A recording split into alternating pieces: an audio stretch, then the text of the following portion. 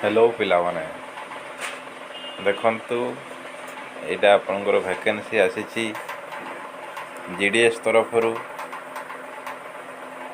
ग्रामीण डाक सेवक तरफरु आपनकर वैकेंसी आसीची आपनकर ऑल इंडिया वैकेंसी आपण कहि परिबे आपनकर 30,041 गोटी आपनकर ऑल इंडिया वैकेंसी आसीची आपनकर जीडीएस रो ग्रामीण डाक सेवक बुझिपारे कि ग्रामीण डाक सेवक रो ऑल इंडिया वैकेंसी आसीची 30,041 गोटी। तो आपन केबेठु अप्लाई करि परिबे देखंतु 3 अगस्त 2023 रु 23 अगस्त 2023 मध्यरे आपण अप्लाई करि परिबे।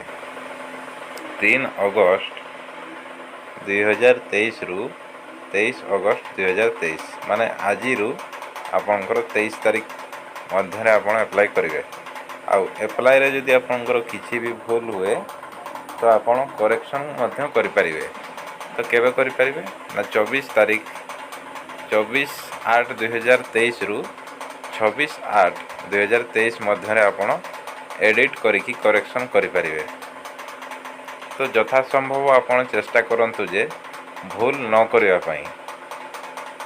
इन केस जदि भूल हो जाउची तो आपण कोन करिवे 24 अगस्त 2023 रु 26 अगस्त 2023 मध्यरे आपण करेक्शन करि परिवे। ठीक अछि आपण चेष्टा करंतु जेमिति भूल न हुए। तो चलंतु आगो को देखिबा।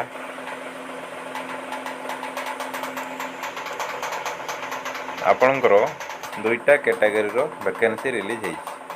दुईटा कैटेगरी आपण कहिबे गोटे बीपीएम आ गोटे एबीपीएम बा डाक सेवक। गोटे होची बीपीएम आ गोटे एबीपीएम बा डाक सेवक। बीपीएम रो सैलरी आपण देखिबे 12,000 रु आरंभ करकी 29,380 टंका। बीपीएम रो सैलरी केते ना 12,000 रु 29,380। आउ एबीपीएम रो सैलरी केते ना 10,000 रु आरंभ करकी 24,470। एबीपीएम बा डाक सेवक रो सैलरी केते ना 10,000 रु आरंभ करकी 24,470 टंका। ठीक अछि आपण सैलरी संपर्क रे जानि गले। तो आगो को चलन देखिबा।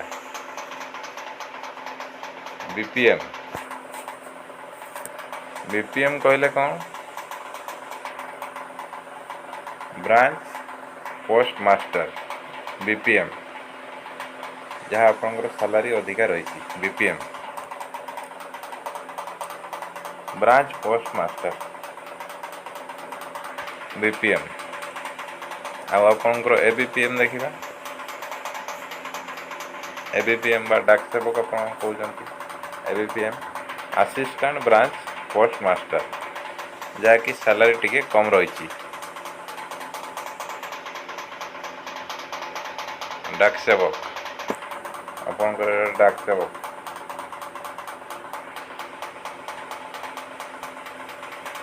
तापर देखिबा हमर eligibility criteria for all post. सबु पोस्ट पाई दुईटा तो पोस्ट रही गोटे बीपीएम आ गोटे होची एबीपीएम। तो दुईटा जाक पोस्ट पाई आपनकर एलिजिबल क्राइटेरिया कोन रही ना मिनिमम आपनकर 18 वर्ष होइतिबा दरकार आ मैक्सिमम आपनकर 40 वर्ष। 18 रु 40 वर्ष मध्यरे आपनकर बयस होइतिबा निहाती दरकार। मिनिमम 18 वर्ष होइतिबा दरकार, मैक्सिमम 40 वर्ष होइतिबा दरकार। तापर देखिबा एटी किछि रिलैक्सेशन कराई छी।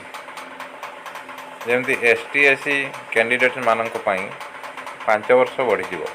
18 रु 45 वर्ष मध्यरे थिले से माने अप्लाई करि परिबे। आ ओबीसी मानकर 3 वर्ष बढ़ी जिवो 18 रु आपनकर 43 वर्ष। आ इकोनॉमिकली वीकर सेक्शंस ईडब्ल्यूएस रो रिलैक्सेशन नाही। आ persons with disability PWD candidate मानक पई 10 वर्ष रो रही आपनकर रिलैक्सेशन माने ଆପଣଙ୍କର 18 ବର୍ଷରୁ 50 ବର୍ଷ ମଧ୍ୟରେ ହେଇଥିଲେ ଆପ୍ଲାଏ କରିପାରିବେ। ଆଉ Parsons with disability PWD OBC candidate ମାନଙ୍କ ପାଇଁ 13 ବର୍ଷ ବଢ଼ିଯିବ। ମାନେ ଆପଣଙ୍କର 18ରୁ 53 ବର୍ଷ ମଧ୍ୟରେ ହେଇଥିଲେ ଆପ୍ଲାଏ କରିପାରିବେ। ଆଉ Parsons with disability PWD candidate ST SC ମାନଙ୍କ ପାଇଁ 15 ବର୍ଷ ବଢ଼ିଯିବ। ମାନେ 18ରୁ ଆପଣଙ୍କର 55 ବର୍ଷ ମଧ୍ୟରେ ହେଇଥିଲେ ଆପଣ ଏଲିଜିବୁଲ୍ ହେଇପାରିବେ। ଠିକ୍ ଅଛି। ଆଉ ଏହାର କ୍ୱାଲିଫିକେସନ୍ ତ ଆପଣ ଜାଣିଛନ୍ତି, ଓନ୍ଲି 10 ପାସ୍। ଆପଣଙ୍କର କ୍ଲାସ୍ 10ରେ ଭଲ ସ୍କୋର ଅଛନ୍ତି, ଆପଣ ଆପ୍ଲାଏ କରନ୍ତୁ। ଠିକ୍ ଅଛି। ଏଇଟା କେବଳ ମାର୍କ ବେସିସ୍ରେ ଆପଣଙ୍କର ସିଲେକ୍ସନ୍ ହେବ, କୌଣସି ଏଣ୍ଟ୍ରାନ୍ସ ଏକ୍ଜାମ୍ ହେବ ନାହିଁ। ଆଉ ଆପଣଙ୍କୁ ଲୋକାଲ୍ ଲାଙ୍ଗୁଏଜ୍ ଆସୁଥିବା ନିହାତି ଦରକାର। ଆପଣ ଓଡ଼ିଶାରେ ଚାକିରି କରିବେ ମାନେ ଓଡ଼ିଆ କହିପାରୁଥିବେ, ଲେଖିପାରୁଥିବେ। ତ ଆପଣ ଓଡ଼ିଆ ଜାଣିଥିବା ଦରକାର। ରିଜର୍ଭେସନ୍ ଏଇଟା ଆପଣଙ୍କର ଏତକ ରହିଛି, କେଉଁ କ୍ୟାଣ୍ଡିଡେଟ୍ ମାନଙ୍କ ପାଇଁ କେତେ ST SC OBC EWS PWD category ମାନଙ୍କ ପାଇଁ କିଛି ରିଜର୍ଭେସନ୍ ରହିଛି।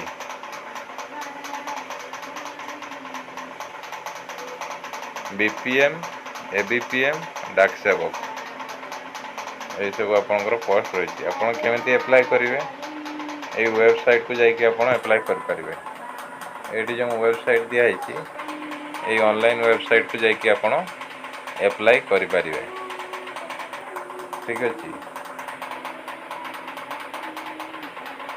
ତାପରେ ସିଲେକ୍ସନ୍ କ୍ରାଇଟେରିଆ ଆପଣଙ୍କର ଦେଖନ୍ତୁ, ଓନ୍ଲି ମାର୍କ ବେସିସ୍ରେ ସିଲେକ୍ସନ୍ ହେବ 10 କ୍ଲାସ୍ ମାର୍କରେ।